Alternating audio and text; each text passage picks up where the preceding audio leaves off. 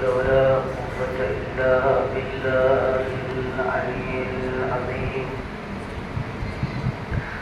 أعوذ بالله السميع العليم من الشيطان الرجيم.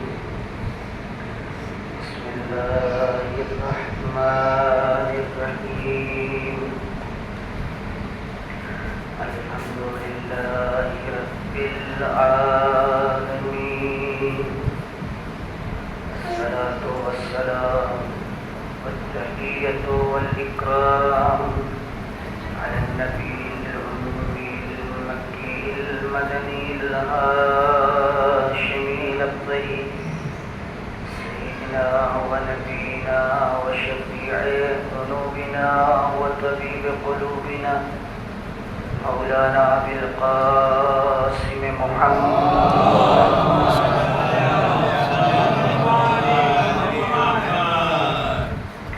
ثم الصلاة على أهل بيته الطيبين المنجبين الهداة المهديين لا سيما بقية الله في الأراضين روحي له الفداء. ما بعد فقد قال الله الحكيم وهو أصدق الصادقين وقوله الحق. بسم الله الرحمن الرحيم. من المؤمنين رجال صدقوا ما عاهدوا الله عليه فمنهم من قضى نحبه ومنهم من ينتظر وما بدلوا تبديلا.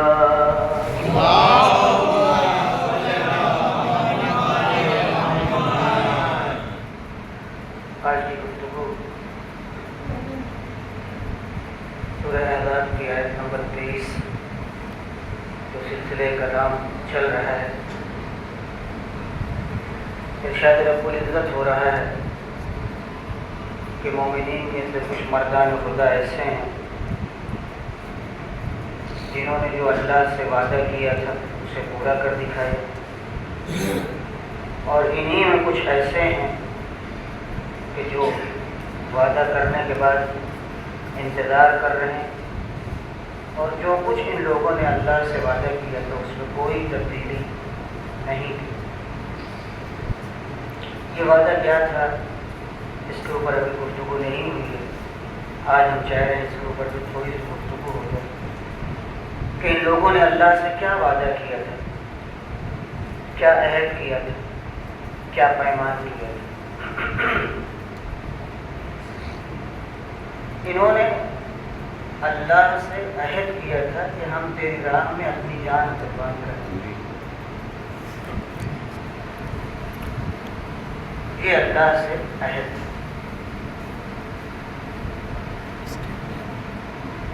یہ دو طرح کے لوگ تھے.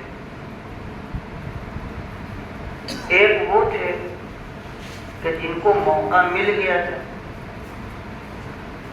عہد کرنے کے بعد جان دینے کا موقع بھی مل گیا، اور وہ آنے والی جنگوں میں شہید ہو گئے. بدر اسلام اور کفر کی پہلی جنگ. بدر ایک کنویں کا نام ہے. قصہ یہ ہے ابو سفیان اور اس کے قبیلے کے لوگ یہ سب مکے میں رہتے ہیں. پیغمبر کو وہاں سے ان لوگوں نے مجبور کر دیا اور پیغمبر گھر بار چھوڑ کر کے مدینے آ گئے. مکہ وطن تھا، مکہ گھر تھا، لیکن تبلیغ اسلام میں ان لوگوں نے پیغمبر کو مکہ چھوڑنے پر مجبور کر دیا. جب تک مکے میں رہے جی بھر کے ستایا. سب سے پہلے جو طریقہ اپنایا تھا وہ یہ تھا کہ ہوٹنگ کرو، مذاق کرو. جی بھر کے پیغمبر کا مذاق اڑایا. جب دیکھا اس میں بھی ناکام ہے، پیغمبر کا کردار اور اخلاق اتنا اونچا ہے کہ لوگ یقین نہیں کرتے تو شرمندہ ہوتے، تو ان کے چاہنے والوں کو ستانا شروع کیا۔ اس میں نہ جانے کتنے افراد تھے جن کی جان لے لی، لیکن ابھی اللہ کا حکم یہ تھا پیغمبر صبر کیجیے، ابھی موقع نہیں ہے، ابھی بہت زحمتیں آپ کو اٹھانا ہے، اسلام پہنچانے میں یہ حق کا راستہ ہے۔ دنیا غرق ضلالت، گمراہی اور جہالت ہے، آپ ہمارے پیغمبر ہیں، آپ کو صبر کرنا پڑے گا، اور اپنے اصحاب سے بھی کہیے صبر کریں۔ توجہ کیجیے، لہذا مکے میں کوئی کارروائی پیغمبر کی جانب سے آپ کو کہیں تاریخ میں نہیں ملے گی، جبکہ مکے کی زندگی آپ کی 23 سال ہے، مدینے سے زیادہ آپ نے زندگی کہاں گزاری ہے؟ دشمنوں میں۔ مگر کوئی تشدد کی کارروائی، کوئی وائلنس، کوئی جھڑپ، کوئی جھگڑا، لڑائی کہیں آپ کو دکھائی نہیں دے گا، مگر پیغمبر نقصان اٹھا رہے ہیں، جانی نقصان، مالی نقصان، تو راہ حق میں نقصان نہ پڑتا ہے۔ کرنا چاہیے انسان کو اپنے اوپر، اگر اس کا دعویٰ ہے کہ ہم حق پر ہیں اور کوئی اسے تکلیف نہ پہنچے۔ پیغمبر نے کسی کو نقصان نہیں پہنچایا، کوئی کارروائی نہیں کی، مگر مشرکین کی طرف سے، کافرین کی طرف سے، دشمنوں کی طرف سے مسلسل تشدد۔ مگر حکم خدا یہ ہے کہ پیغمبر خاموش رہیے، کچھ نہ کہیے۔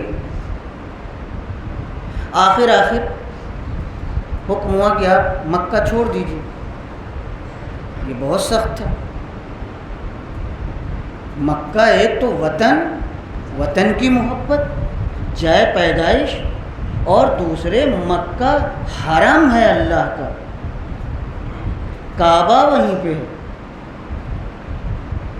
مسجد الحرام وہیں پہ ہے، سارے مقدس میدان وہیں پہ ہیں،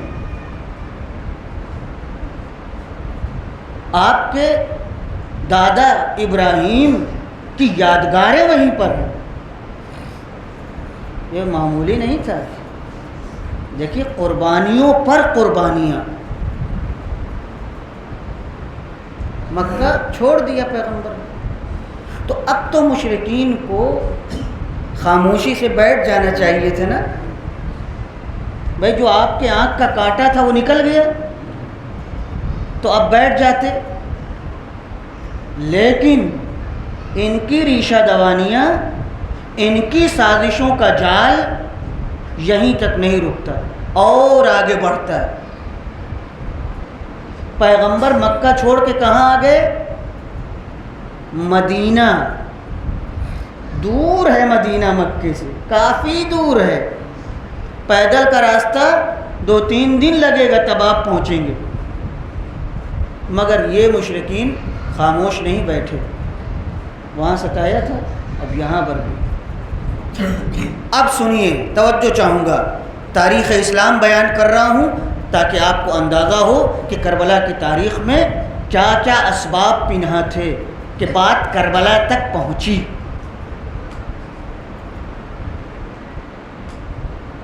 کوئی چیز ایک رات میں نہیں ہوتی، کبھی اس کے اسباب فراہم ہوتے ہیں، اور جب فراہم ہوتے ہیں تو واقعہ رونما ہوتا ہے، پتہ چلتا ہے یہ ہو گیا، تو آدمی واقعہ دیکھتا ہے، اسباب پر نظر نہیں ہوتی، بعد میں متوجہ ہوتا ہے کہ اچھا اس وجہ سے یا اس وجہ سے یہ واقعہ ہوا۔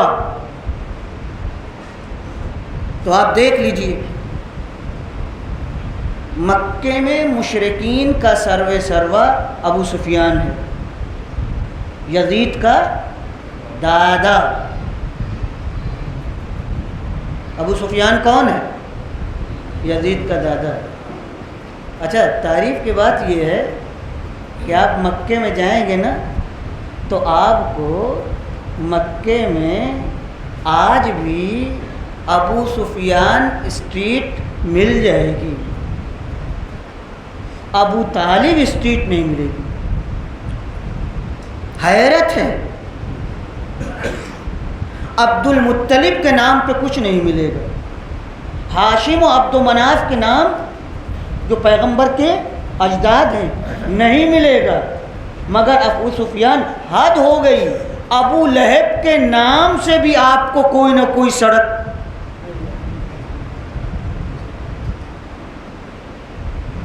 آپ سوچ لیجیے کربلا کب ہوئی تھی؟ اب تو ہوش آنا چاہیے تھا انہیں۔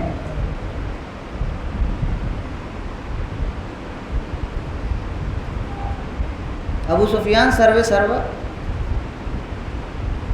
مکے میں ستایا، پیغمبر کو مجبور کر دیا، پیغمبر چلے آئے ہجرت کر کے مدینے، تو اب تو خاموش ہو جانا چاہیے، مگر نہیں، سازشوں کا جال۔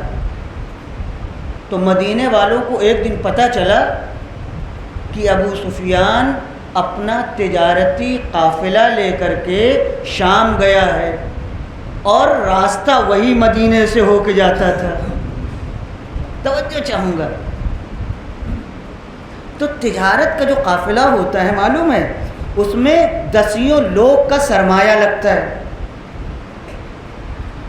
یہ طریقہ تھا اس وقت۔ تو ابو سفیان مکے کے بہت سے لوگوں کا سرمایہ لے کر کے شام گیا ہوا تھا تجارت کرنے۔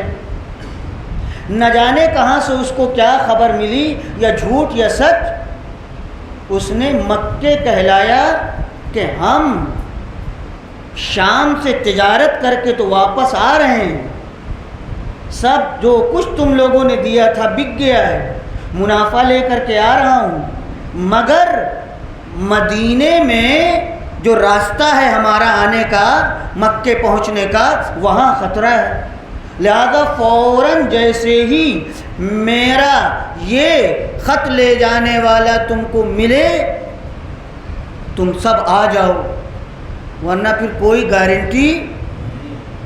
سنیے، ادھر پیغمبر کو پتہ چلا کہ ابو سفیان شام سے منافع لے کر کے بلایا، کہا سنو یہ وہی ہے جس نے تمہارا گھر بار چھین لیا ہے، اگر چاہتے ہو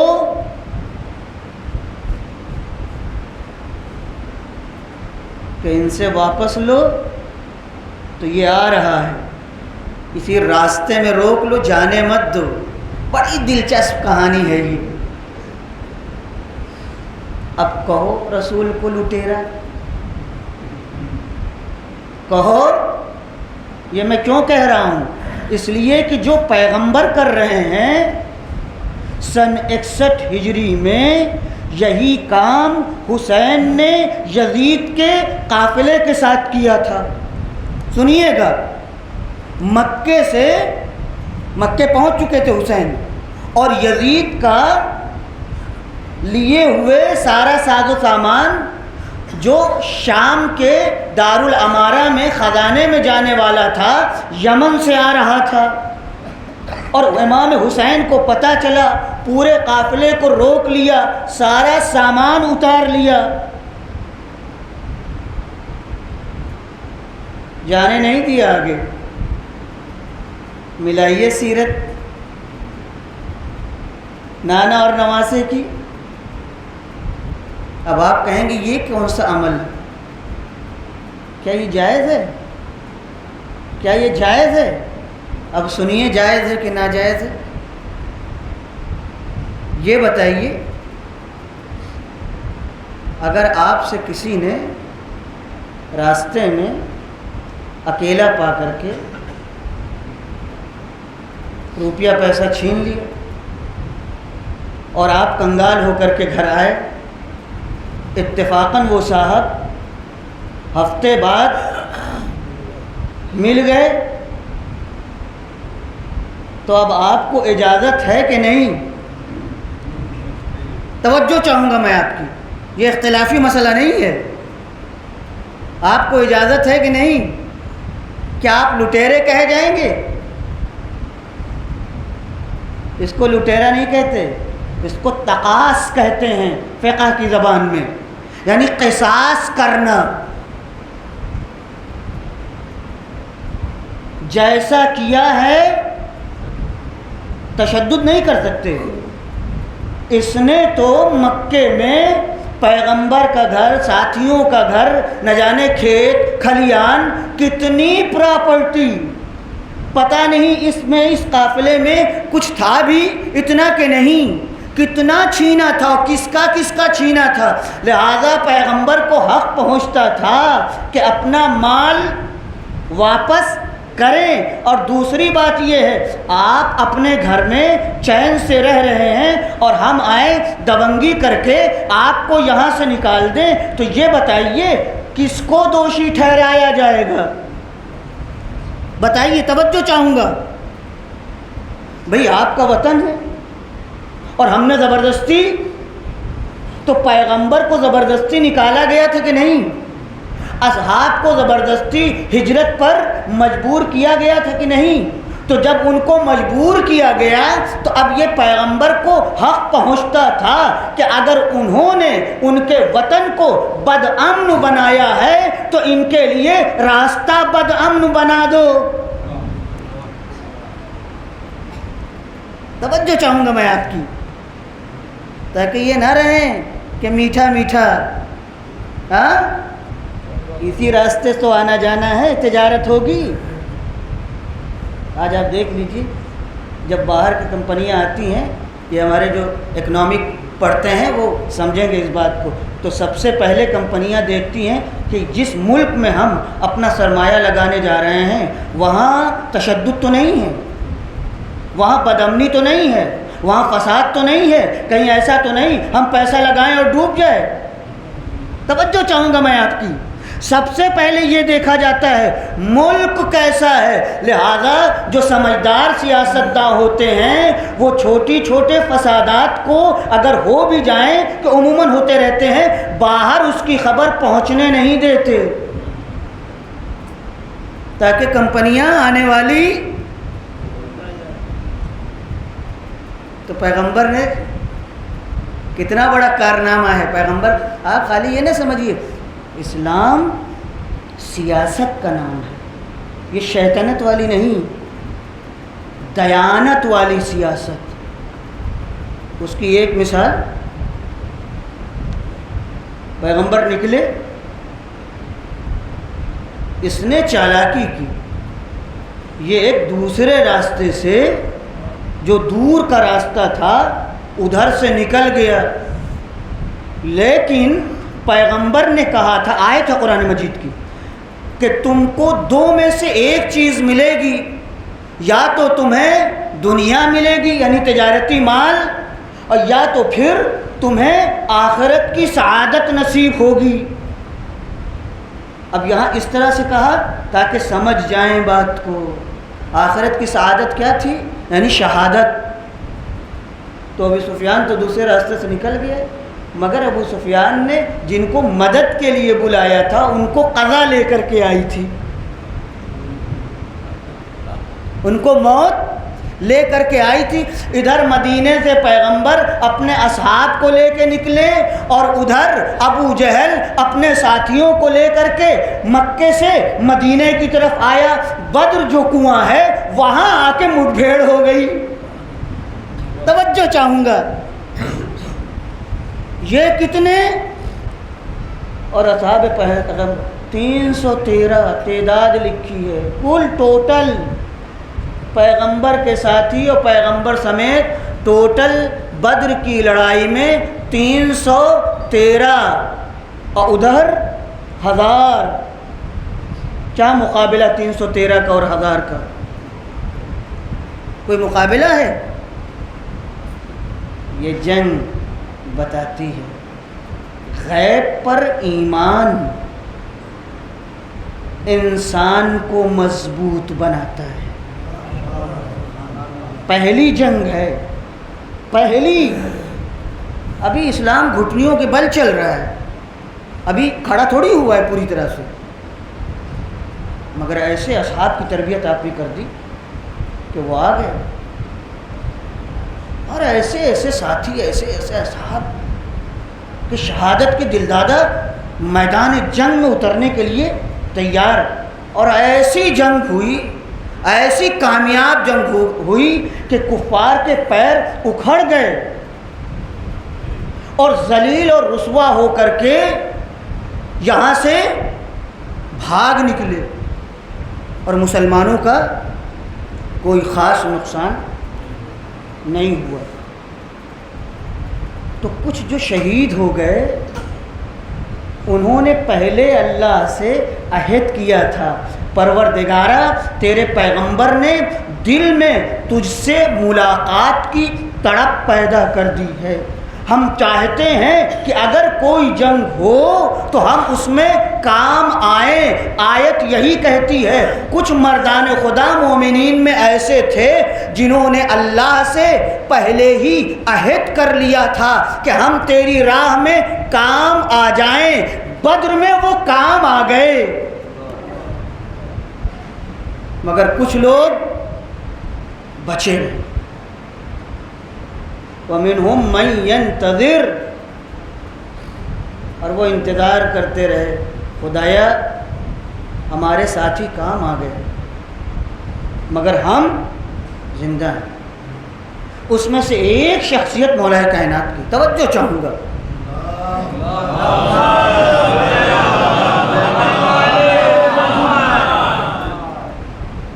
مولا کائنات ہر جنگ میں آگے آگے، ہر جنگ میں کہیں پیچھے نہیں، مگر آپ کے ساتھی جاتے ہیں شہید ہو کر کے، جاں باز ہو کر کے چلے آتے ہیں، اور مولا کائنات خراش لگتی ہے، زخم لگتا ہے، شہید نہیں ہوتے. جب جناب حمزہ مارے گئے جنگ احد میں، چچا تھے، پیغمبر بہت چاہتے تھے جناب حمزہ کو، بہت زیادہ چاہتے تھے، اس لیے کہ جناب حمزہ نے ایثار و قربانی کی مثال قائم کر دی تھی اپنے بھتیجے کے لیے. ایسی ایسی جگہ مدد کی تھی جناب حمزہ نے کہ وہاں لشکر کی ضرورت تھی، اکیلے مقابلہ کیا تھا. اس لیے پیغمبر جناب حمزہ کو بہت چاہتے تھے. اور ابو سفیان اور ان کے گھرانے کا جو عمل ہے پیغمبر اور ان کے چچا کے ساتھ، وہ بہت پست ہے. یہی گھرانہ ہے جو شام میں منتقل ہو کر کے حکومت حاصل کرتا ہے، اور یہی گھرانہ ہے 61 ہجری میں جو پھر سے ابھر کر کے سامنے آتا ہے. مشکل یہ ہے کہ ہم اور آپ جب ہسٹری سنتے ہیں تو ہمارے ذہن میں یہ خیال پیدا ہوتا ہے کہ دو خاندان کی لڑائی ہے. یہ دو خاندان کی لڑائی نہیں ہے، یہ کبھی نہ سمجھیے گا کہ یہ ورنہ کبھی حق و باطل کی بات ہی سمجھ میں نہیں آ سکتی آپ کو. یہ دو خاندان کی لڑائی نہیں تھی، اصل میں دو نظریے کی لڑائی ہے. ایک حق کا نظریہ ہے جو پیغمبر سے چلا امام حسین تک منتقل ہوا، اور ایک باطل کا نظریہ ہے جو ابو سفیان سے چلا امیر شام تک پہنچا اور یزید تک منتقل ہوا. اور یہ دونوں کربلا میں اکٹھا ہو گئے. امام حسین حق کے نمائندے ہیں، یزید باطل کا نمائندہ ہے. یزید اپنے آباء و اجداد کو یاد کر کر کے ہر جگہ ان کی تعریفیں کرتا ہے، اور جب بھی حسین کا نقصان ہوا تو کہا کاش ہمارے آباء و اجداد زندہ ہوتے تو آج ہم سے کہتے کہ یزید تمہارے ہاتھ پیر سلامت رہیں۔ اور حسین کا کارنامہ کیا ہے کہ سینے پہ قاتل ہے اور نانا کی بات صحیح ہو رہی ہے، تم مسکرا رہے ہیں، دونوں فکر ملا لیجئے۔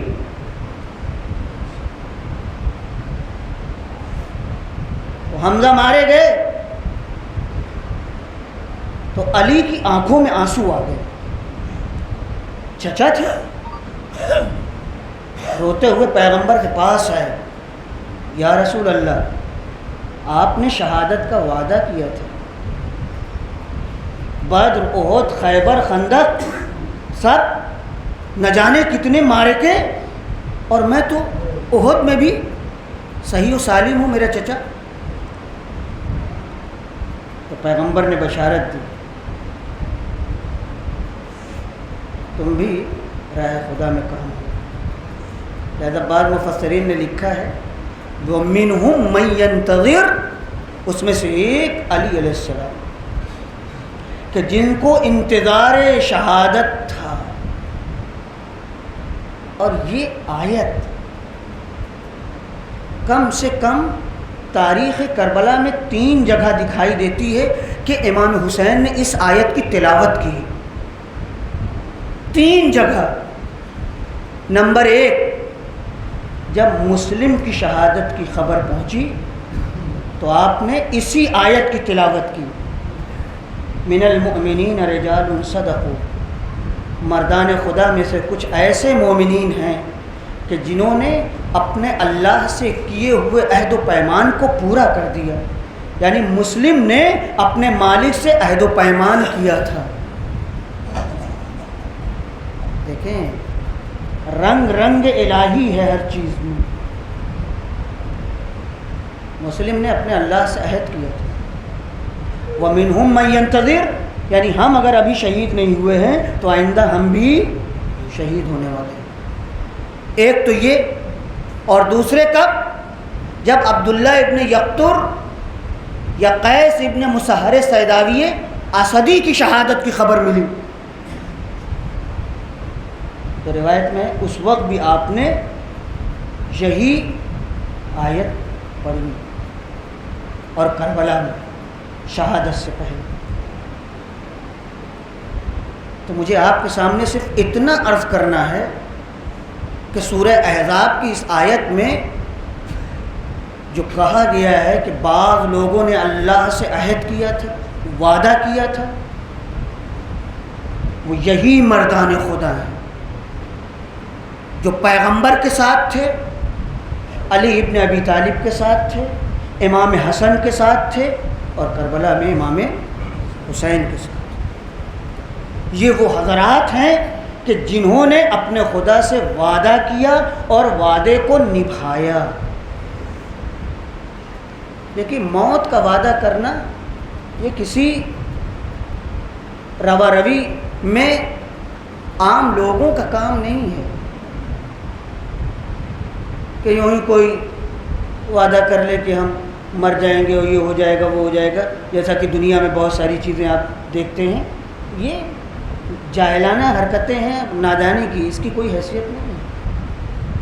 قرآن مجید میں موت کا تصور یعنی زندگی کا تصور ہے۔ فَتَمَنَّوُا الْمَوْتَ إِن كُنتُمْ صَادِقِينَ، اگر سچے ہو ایمان میں تو موت کی تمنا کرو۔ موت سے گھبراتا نہیں مومن، زندہ رہتا ہے تو موت کا تذکرہ کرتا رہتا ہے، ذکر کرتا رہتا ہے، اس لیے کہ اسے پتہ ہے کہ موت اچھی چیز ہے، کوئی بری چیز نہیں ہے، اور جب تک زندگی ہے اللہ رکھے گا، کوئی مار نہیں سکتا۔ اگر چاہے بھی کبھی کبھی ہوتا ہے لوگ خودکشی کرنے جاتے ہیں، خودکشی کرنے کے ارادے سے اپنے کو، مگر دوسرے نے آ کے بچا لیا۔ تو یہیں سے سمجھ میں آ گیا اتنا تو آپ کے اندر قوت تھی کہ آپ اپنے کو مثلاً کسی چیز خطرناک چیز کے سامنے ڈال دیں تاکہ مر جائیں، مگر موت تمہارے اختیار میں نہیں۔ لیکن یہاں کہا جا رہا ہے کہ راہ خدا میں موت کی تمنا کرو۔ تو اسلام کی جتنی لڑائیاں ہیں آپ دیکھیں گے کہ اس میں اصحاب میدان جنگ میں اپنے پیروں سے آتے ہیں، اور اسی کو اختیاری موت کہتے ہیں، اسی کو شہادت کہتے ہیں۔ اور یہیں سے پتہ چلتا ہے کہ یہ میدان میں آنے والا معرفت اور علم لے کر کے آ رہا ہے، جہالت کے ساتھ نہیں آ رہا ہے۔ یاد رکھیے گا، جو جہالت کے ساتھ موت ہو اسے ہلاکت کہتے ہیں، اور جو علم کے ساتھ موت ہو اسے شہادت کہتے ہیں۔ یہ فرق ہے دونوں میں۔ لہذا اگر کوئی اللہ کا نام لے کر کے بھی کسی کے اوپر ٹوٹ پڑے، بیجا مارنا شروع کر دے، تو اللہ کے نام لینے سے وہ شہادت نہیں بن جائے گی، وہ ظلم ہی ہوگا، وہ قتل ہی ہوگا۔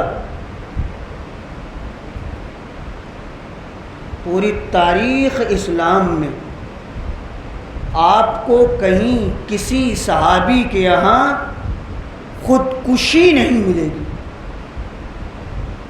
کیونکہ ایسا ہو سکتا ہے کہ پہلے تو بہادر میدان میں جائے اور جانے کے بعد لڑائی کرے، اس کے بعد دیکھے اب میں گھر گیا ہوں، اور اگر ہمیں گرفتار کر لیا تو سخت سے سخت سزا ملے گی، لہذا وہ اپنے کو خود ہی مار لے۔ مگر آپ تاریخ اسلام میں کہیں ایک چھوٹی سی مثال بھی نہیں دکھا سکتے اتنی جنگوں میں کہ کوئی مجاہد میدان میں گیا ہو اور لڑنے کے بعد جب اس نے خطرے کا احساس کیا کہ مجھے گرفتار کر لیا جائے گا تو خودکشی کر لے، کہیں آپ کو نہیں ملے گا۔ یہ ایمان کی طاقت ہے کہ انسان کو پتہ ہے کہ ہم کس میدان میں کھڑے ہوئے ہیں۔ ارباب مجلس ہمیں مجلسوں کے ذریعے سے کیا کیا باتیں پتہ چلتی ہیں۔ گفتگو اصحاب حسینی کے کردار پر ہے۔ بعض جگہ یہ بات کہی گئی ہے کیونکہ بدر کے شہداء کی اسلام میں بڑی اہمیت ہے، بہت اہمیت ہے، کیونکہ پہلی جنگ تھی، اور اگر ایمان بالغیب نہ ہو تو کوئی لڑنے کے لیے تیار۔ لہذا شہداء کربلا کا مقابلہ بدر کے شہداء سے کیا جاتا ہے، کسی اور سے نہیں کیا جاتا، بلکہ کہا جاتا ہے بدر کے شہداء سے کہیں زیادہ شہداء کربلا افضل تھے، اس لیے کہ بدر میں خود بنفس نفیس پیغمبر اسلام موجود تھے، اور پیغمبر سے امام حسین تک 50 سال کا فاصلہ ہے۔ کتنا ایمان قوی ہونا چاہیے جو کربلا میں حسین کے ساتھ لڑ رہے تھے۔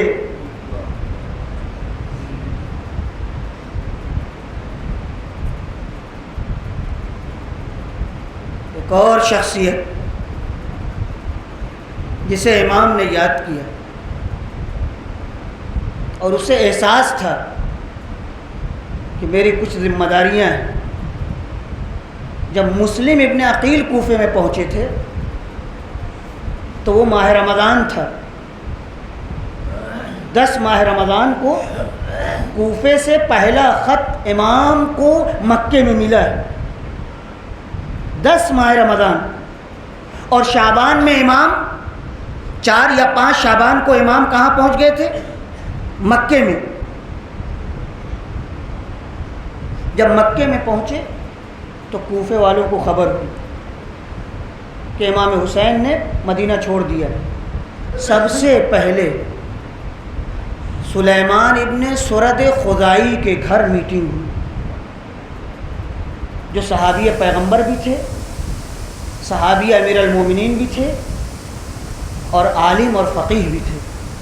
سلیمان ابن سرد خزائی جمع ہوئے صحابہ جو کوفے کے خاص افراد تھے۔ اس پہلی میٹنگ میں حبیب ابن مظاہر بھی موجود تھے۔ توجہ چاہوں گا، سلیمان نے کہا آپ لوگ کو پتہ ہے کہ ہمارا امام مدینہ چھوڑ چکا ہے، مکے آ گیا ہے، انہوں نے یزید کی بیعت سے انکار کر دیا ہے، اور ہم زمانے سے امیر شام کے تشدد کا شکار ہیں، ظلم کا شکار ہیں۔ یہ بہت اچھا وقت ہے کہ اپنے امام کو بلائیں اور ان کی نصرت کریں اور ان سے نصرت کا وعدہ کریں۔ تم لوگوں کی کیا رائے ہے؟ متفقہ طور پر پہلا خط لکھا گیا ہے للحسین ابن علی من سلیمان ابن سرد خزائی ومن حبیب ابن مظاہر وجماعت من الشیعہ والمسلمین، اس میں اور بھی نام ہے۔ پہلا خط حسین ابن علی کے نام، سلیمان ابن سرد خزائی، مسلم ابن اوسجہ، نجبہ، حبیب ابن مظاہر کی طرف سے، اور جماعت شیعہ اور مسلمین کی طرف سے آخر میں یہ۔ تو اب آپ سمجھ لیجئے کہ حبیب ابن مظاہر کا کتنا مرتبہ تھا۔ پہلے خط میں نام بنام جن لوگوں نے امام کو خط لکھا اس میں ایک حبیب کا نام ہے۔ یہ خط چلا گیا، پہنچ گیا۔ اب ظاہر خط لکھنے والے تیار ہوں گے کہ نہیں؟ وہ اپنے کو تیار کر رہے تھے، لہذا جب مسلم کی بیعت کا معاملہ آیا اور مسلم سفیر بن کر کے آئے تو پھر ایک مرتبہ خاص شیعہ جمع ہوئے۔ پورے کوفے کی بات نہیں ہو رہی، خاص شیعہ جمع ہوئے جس میں مسلم ابن اوسجہ، عابس ابن شبیب شاکری، حبیب ابن مظاہر، زہیر قین نہیں، معاف کیجیے گا، اور کچھ دیگر حضرات، یہ سارے لوگ جمع ہونے کے بعد مسلم کے ہاتھ کے اوپر بیعت کی۔ بیعت سے پہلے ایک تقریر ہے، بڑی عجیب و غریب تقریر ہے، اور ظاہراً مسلم ابن اوسجہ کی تقریر ہے جہاں تک مجھے یاد آتا ہے۔ اس میں کہا میں بقیہ لوگوں کے بارے میں نہیں جانتا، لیکن مجھے اپنے دل کی اطلاع ہے کہ جب آپ بلائیں گے تو ہم آئیں گے، جب آپ کہیں گے واپس چلے جاؤ تو ہم واپس چلے جائیں گے، ہم آپ کے ہاتھ پر بیعت کرتے ہیں۔ اس کے بعد حبیب کھڑے ہوئے۔ حبیب نے اس مقرر کی تعریف کی، کیا بہترین انداز سے تم نے اپنے کلام کو مختصر الفاظ میں پہنچایا، جو کچھ تم نے کہا میں اس کی تائید کرتا ہوں اور مسلم کے ہاتھ کے اوپر بیعت کرتا ہوں۔ یہ بہت بڑے لوگ تھے، بڑے عظیم لوگ تھے۔ مسلم کے ہاتھ کے اوپر بیعت ہو گئی اور مسلم کے لیے دیگر لوگوں سے بیعت لینا شروع کر دی۔ حبیب اس میں پیش ہے۔ جب کوفے کا ماحول بدل گیا اور اب یقین ہو گیا کہ کوفہ ناامن ہو چکا ہے، تب ان لوگوں نے اپنی کارروائیاں انڈر گراؤنڈ کر دی، چھپا دیا، کیونکہ ابھی مسلم زندہ تھے، امید تھی۔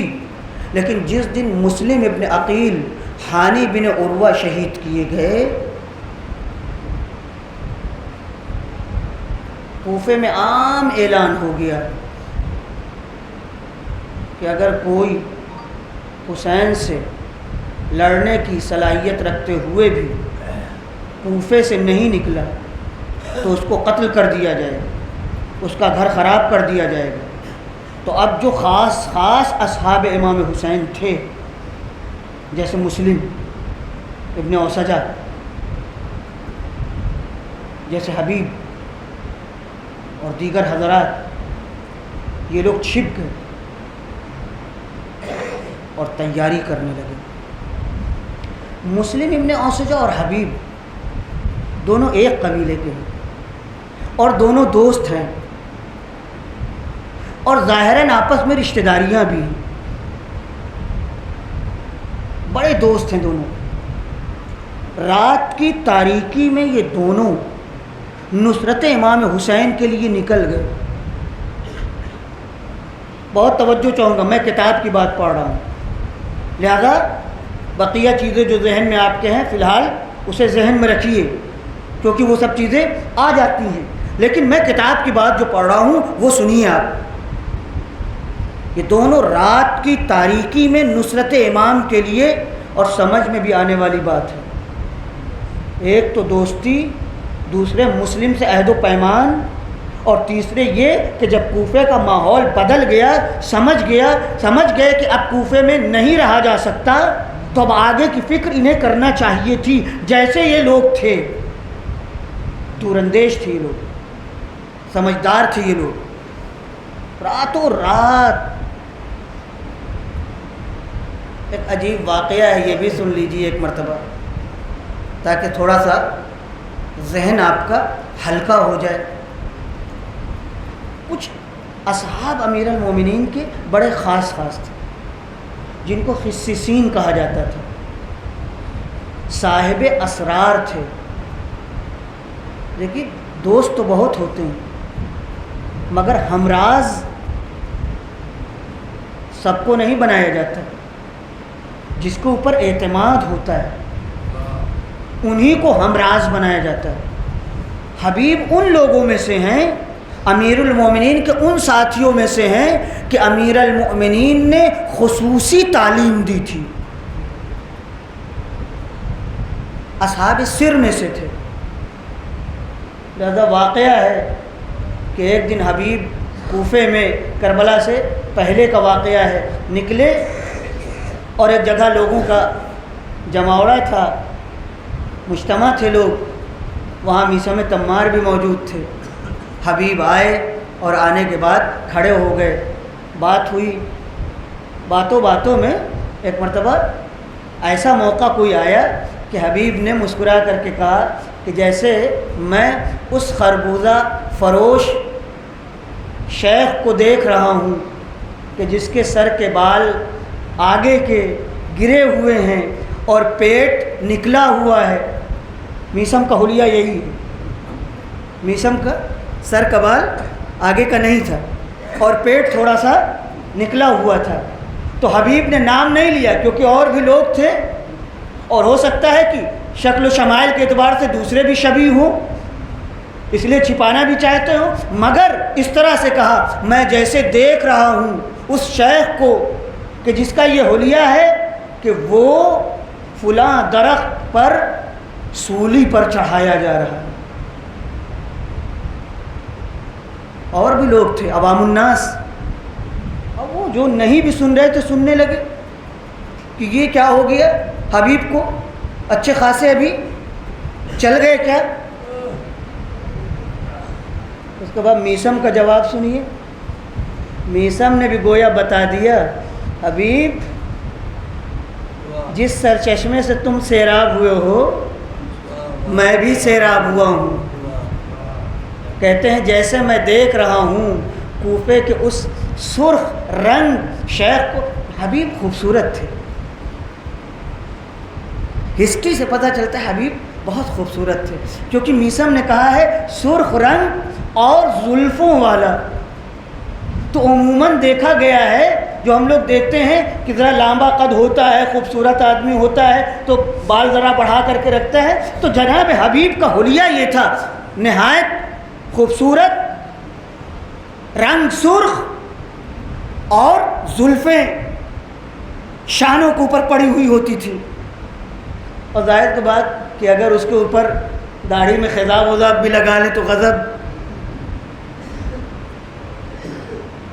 میثم نے کہا جیسے میں اس سرخ پوست شیخ کو کہ جس کے زلفیں ہیں میں دیکھ رہا ہوں کہ وہ آل رسول کی نصرت میں مارا گیا ہے، اور اس کا قاتل سر لے کر کے کوفے میں آیا ہے اور پورے کوفے میں لے کر کے اس سر کو جا رہا ہے۔ میثم اور حبیب الگ الگ چلے گئے اپنے راستوں پر. جو لوگ تھے وہ آپس میں کہنے کتنے جھوٹے ہیں یہ لوگ,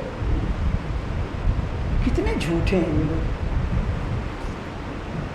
اتفاقاً تھوڑی دیر نہیں گزری تھی کہ ادھر سے رشید ہجری, بہت عظیم شخصیت ہے,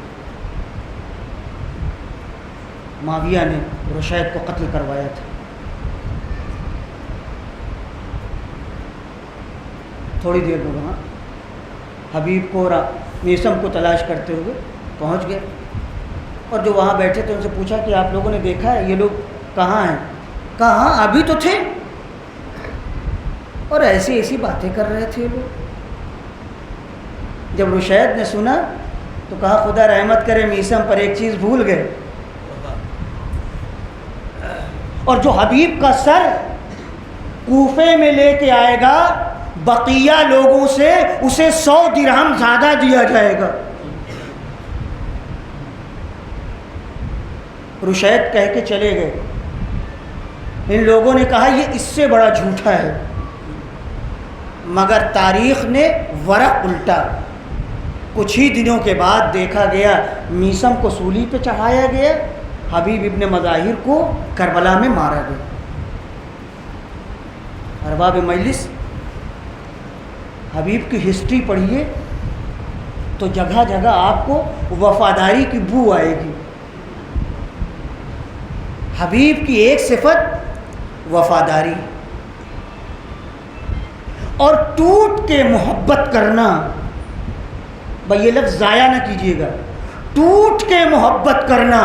ٹوٹ کے وہی محبت ہوتی ہے جب محبت دل سے ہو اور مد مقابل بھی محبت کرنے کے لائق ہو. یہ حبیب کی صفت ہے, بڑے وفادار.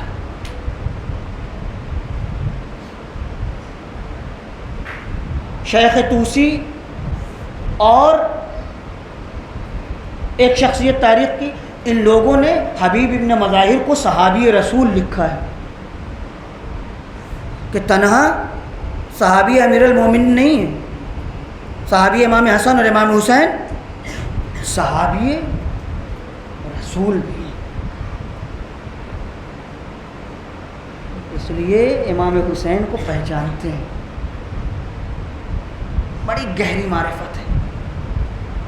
آئے اور آنے کے بعد ہر جگہ حبیب کی صفت یہ ہے کہ دشمن کو آگاہ کیا جائے, بتایا جائے کہ تم غلط راستے پر.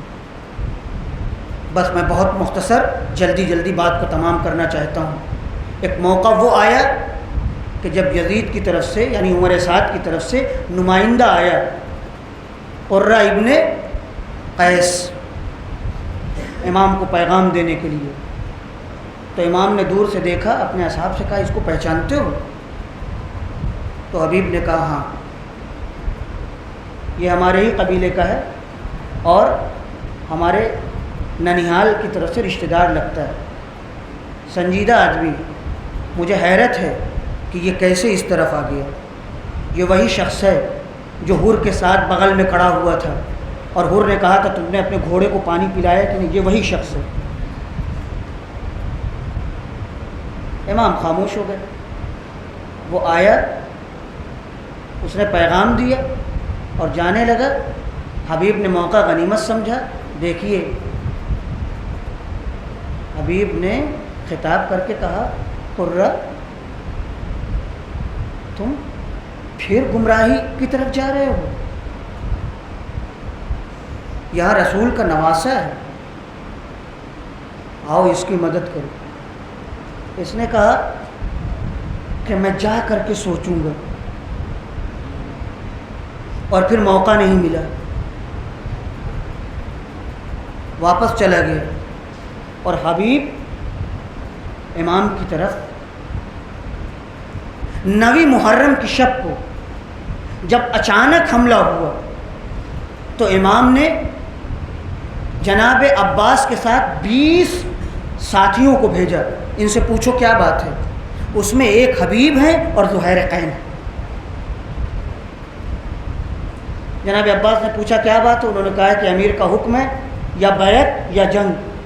جناب عباس نے لکیر کھینچ دی اور کہا بس ادھر ہی رہنا، ادھر نہ آنا، ہم ابھی لوٹ کے آتے ہیں، دیکھیں ہمارے امام کا کیا حکم ہے۔ اس دوران حبیب نے زہیر سے کہا زہیر تم ان سے کچھ کلام کرو گے؟ توجہ چاہوں گا ان دشمنوں سے۔ زہیر نے کہا یہ رائے تمہارے ذہن میں آئی ہے تو بہتر ہے تم ہی کلام کرو۔ وہ تقریر پوری لکھی ہوئی ہے جو حبیب نے وہاں ان کے سامنے کی۔ اس میں ایک جملہ ہے تمہیں شرم نہیں آتی، تمہیں غیرت نہیں آتی، کس سے مقابلہ کرنے کو آئے ہو؟ کل اگر رسول خدا کا سامنا ہوا تو تم کیا جواب دو گے؟ یہ حبیب دیکھیے، معرفت دیکھیے جناب حبیب۔ بس ارباب مجلس، بڑی ساری باتیں ہیں حبیب کے ضمن میں۔ موقع موقع کے اوپر حبیب کی داستان کربلا میں ہے۔ اور بعض جگہ ملتا ہے کہ حبیب کو امام حسین نے اپنے اصحاب میں آخر تک رکھا تھا۔ بس آخری جملہ اور زحمت تمام۔ کسی کی شہادت پر امام کے چہرے پر شکستگی کے آثار ظاہر نہیں ہوئے سوائے جناب عباس کے۔ مگر جب حبیب کی شہادت ہوئی تو مقتل لکھتا ہے کہ امام جیسے ٹوٹ گئے۔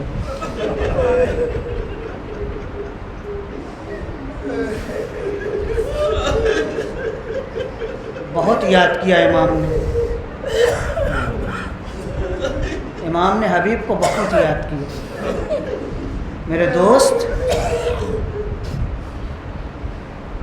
خوب نبھایا، اکیلا چھوڑ کے چلے گئے، جب ضرورت تھی تو اکیلا کر دیا۔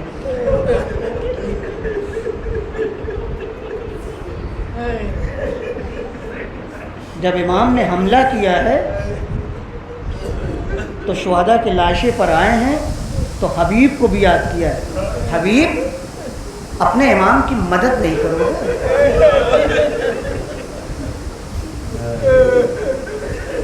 حبیب تمہارا امام اکیلا ہے۔ ارباب اعضاء، آج 5ویں محرم، عشرِ اولیٰ کا نصف تمام ہو گیا۔ مسلسل آپ مجلسیں کر رہے ہیں اور فاطمہ زہرا کو پرسہ دے رہے ہیں۔ ایک ہمارا امام ہے، وہ زندہ ہے، وہ پرسہ لینے کے لیے موجود ہے۔ ہمیں اپنے امام کو پرسہ دینا ہے۔ اس امام کو پرسہ دینا ہے کہ جو کہتا ہے میرے جد مظلوم، آپ کا غم اتنا عظیم ہے کہ میں جب تک زندہ رہوں گا خون کے آنسو بہاتا رہوں گا۔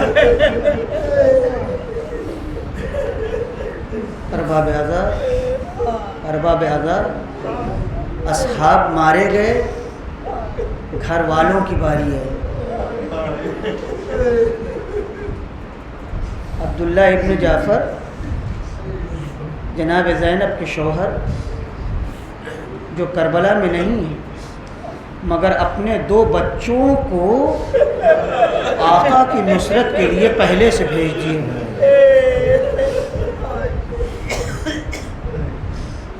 زینب اپنے بچوں کو لیے ہوئے خیمے میں بیٹھی ہیں، سمجھا رہی ہیں میرے لال کل کو کوئی کسر باقی نہ رہے، میرے لال مقتل میں جب جانا تو سب سمجھ جائیں کہ یہ ابو طالب کے گھرانے کے ہیں، یہ عبداللہ ابن جعفر کے فرزند ہیں۔ دیکھو اپنے باپ کے نام کو رسوا نہ کرنا۔